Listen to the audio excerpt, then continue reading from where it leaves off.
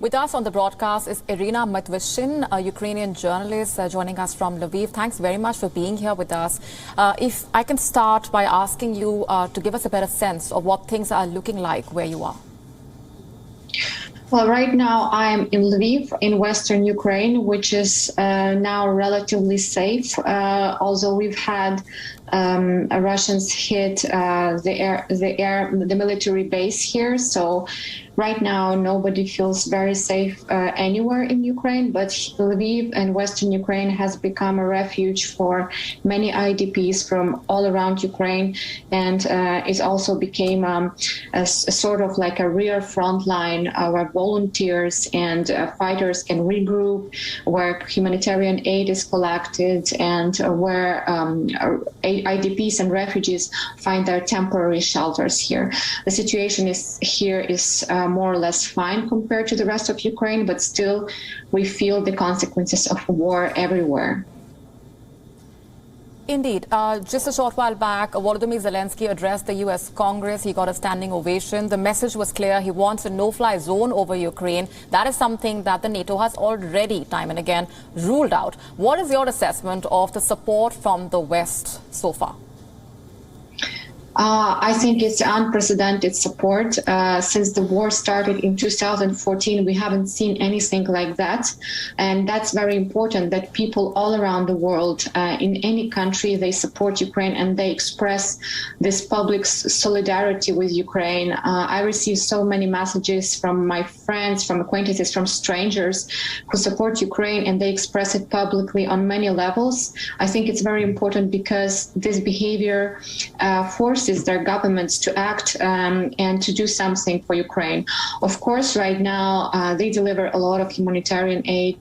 They help Ukraine financially, and which also helps to sustain Ukrainian army. But that's not enough because civilians are hit from the sky. And that's why the main message from Ukraine is that NATO has to close the sky. But as we've seen, this request is not, it's kind of like a no-go for NATO because they're afraid of World War III, and many people in the West are also afraid of that, so they don't go to protests asking NATO to close the sky. For us, it's essential because we see people dying daily from bombardments, and no humanitarian aid, no help for the army helps us prevent that.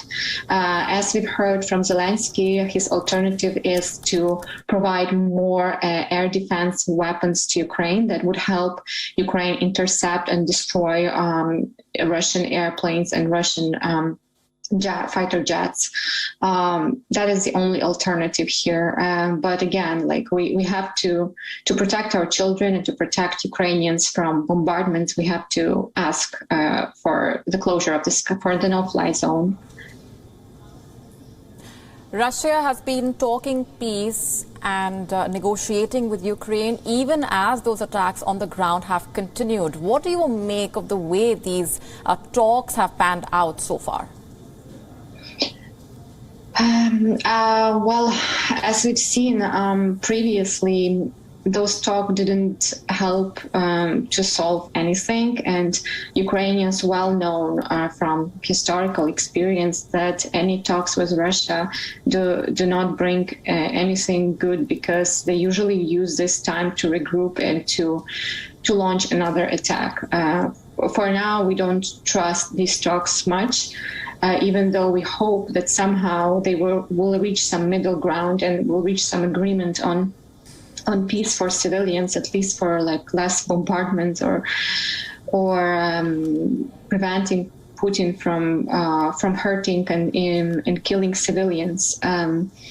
The talks are ongoing, and we've seen that they couldn't reach the ground on some definitions and probably like some basic things.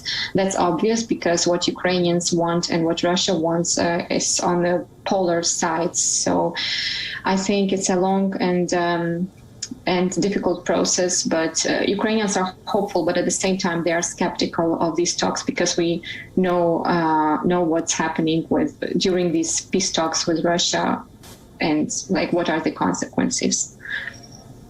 Iryna Matviyishyn, appreciate you joining us here on WION World is One. Stay safe. Thank you. WION now available in your country. Download the app now. Get all the news on the move.